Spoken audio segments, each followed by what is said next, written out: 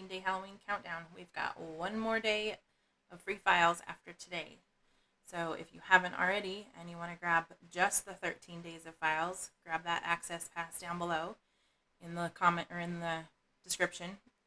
And if not, these will all be added to my Mega Halloween bundle after tomorrow, and you can grab them in that bundle along with a bunch of other fun paper craft files. Today's file is going to be a popcorn treat box. So it's basically just a popcorn box with a fun candy corn on it, and you can put caramel corn in it, regular popcorn, Halloween popcorn, whatever it is you want to add to it. So I'm going to upload an image. I'm going to navigate to where my image is, which is in this treat box.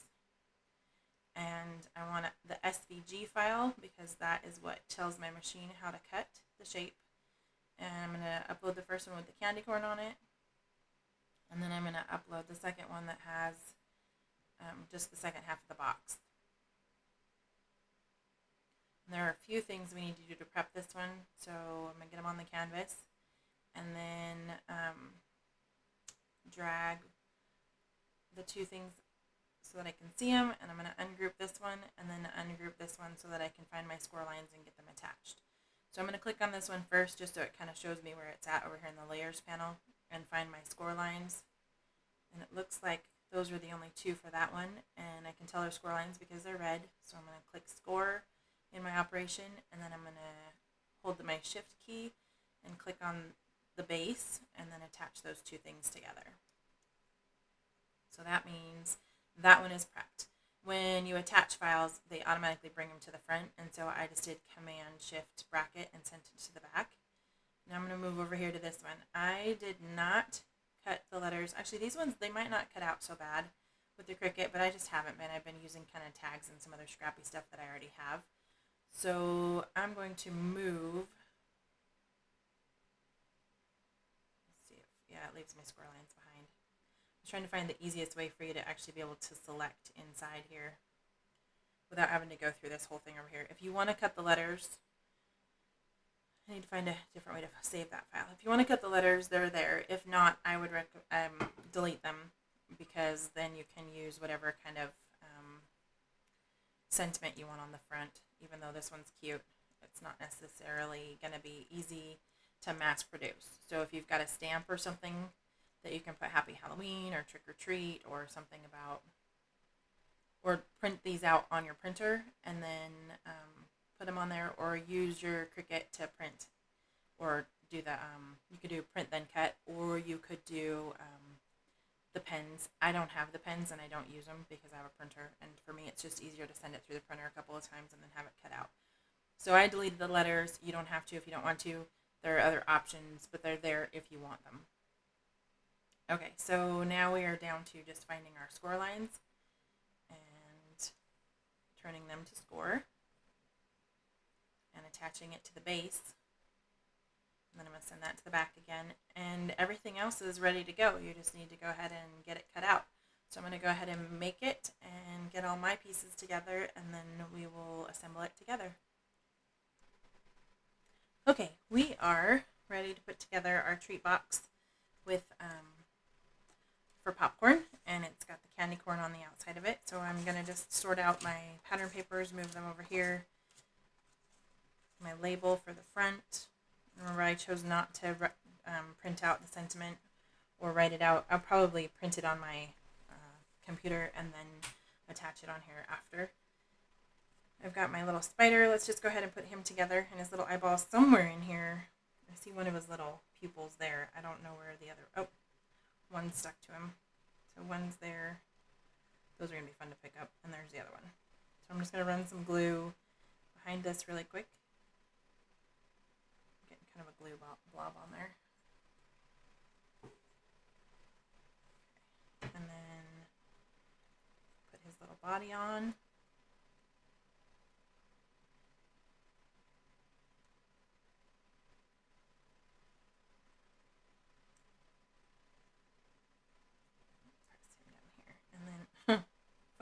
Foam pieces. I'm going to put little dots for his eyeballs. And I'm going to pick those up with my scissors probably.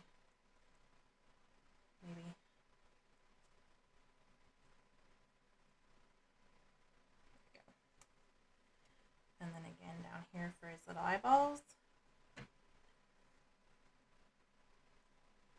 Come on. Oh, they already stuck together.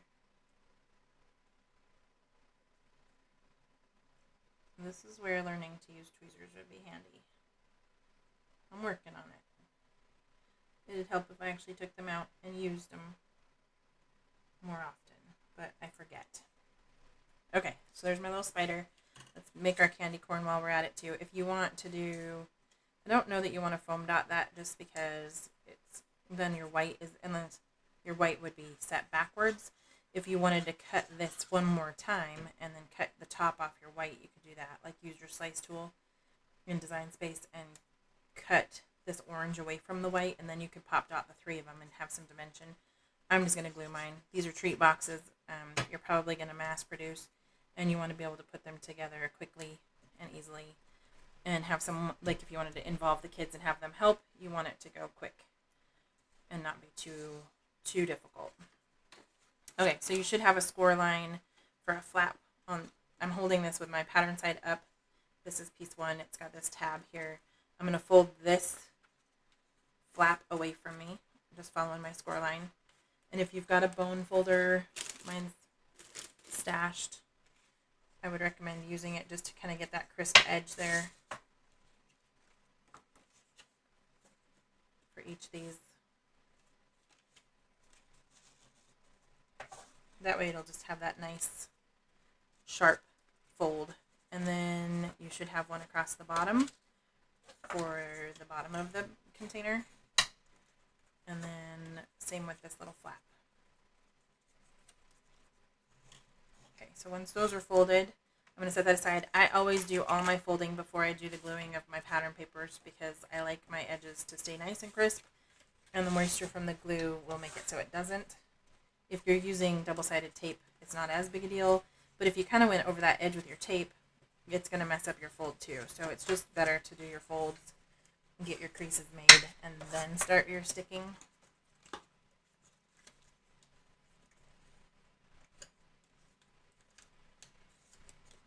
Okay, so they're the components of my box.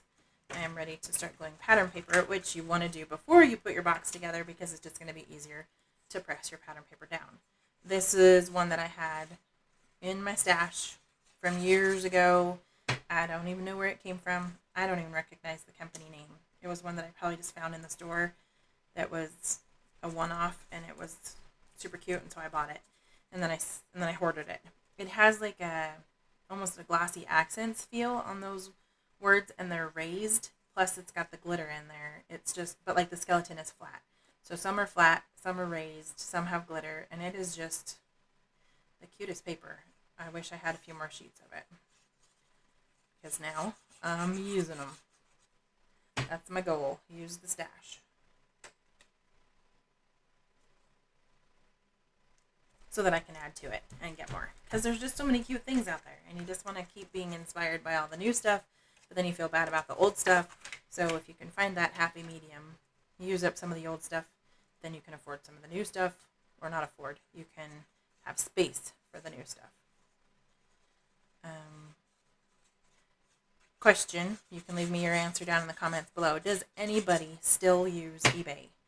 When I first started scrapbooking, eBay was huge. It was a major thing. And we used to make scrapbook pages to sell on, and then we sold them on eBay, obviously. Those in mini albums, and it was hotcakes. Like, that's how I was able to afford to stay home with my kids for a little while before I went back to work as a teacher. But eBay seems to have died. But if you still use eBay, or you would like to use eBay to buy scrapbook things, let me know down in the comments below. I'm just trying to think of what I'm going to do with all of these things that I make that I don't have room for in my house. When I can only give so many of them away, and people are like, oh, there's the lady with the paper again. I'm going to donate to like retirement homes and old folks homes too. But at the same time, I'm okay with shipping if someone actually wants it and it's worth it for both of us. So I would be willing to set up either a community where I just say once in a while, hey, these are the things that are up for grabs, or I'll just send out a quick email to those people that are interested and be like, hey, I have an auction up in eBay. Then you don't have to mess with the other junk on eBay. You can just go straight to the auction. That's ready to be put. Actually, this goes on here. And I just said I wasn't going to mess with foam dots, and then I did it because they're just so much fun. And I like the dimension. And I think for the sentiment, it's probably a good idea. I'm probably going to use it on the spider too. But I'm going to put that right there. This one might be fun to just say trick or treat, or I don't know. I'm going to run score tape down this. I'm going to see if my fat one fits on there. Anyway, my eBay rant. If eBay is something that you're interested in and you would be willing or you want to be able to buy things that are pre-made that I've already created on eBay, let me know in the comments if that's something that interests you, and I will see what I can get set up. Because I really do miss sharing my stuff that way, and I do miss using eBay. I just haven't done it for years.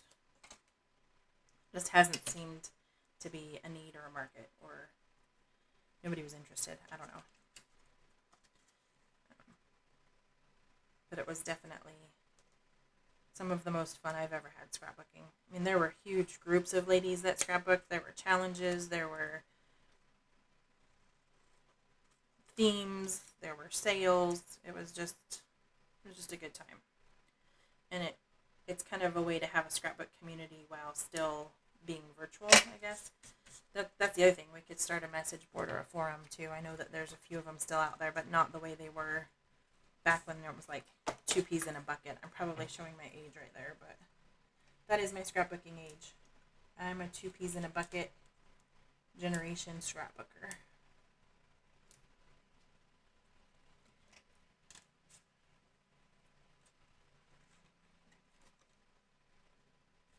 And I just refuse to let it die. I'm going to bring it back, dang it.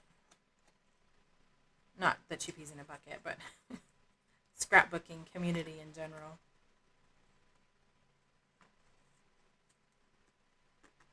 I guess right now I am paper crafting, but same idea. I really, really like to make mini albums too. So if that's something that interests you, leave me a comment or shoot me an email.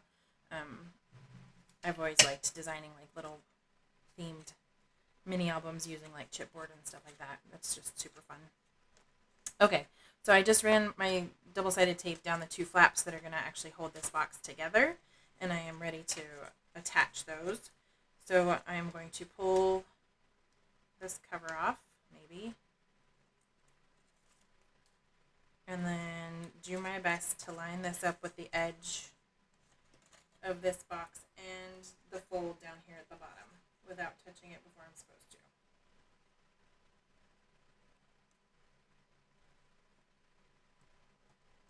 Okay. That is the thing about that double-sided adhesive. When it sticks, it sticks. Okay, so it looks like you can kind of just fold it inside of itself and then overlay the 2 of them together, and it's going to be more accurate that way. Kind of like we do with the box cards. This one's got a little bit of a bump here. Oop, making a mess.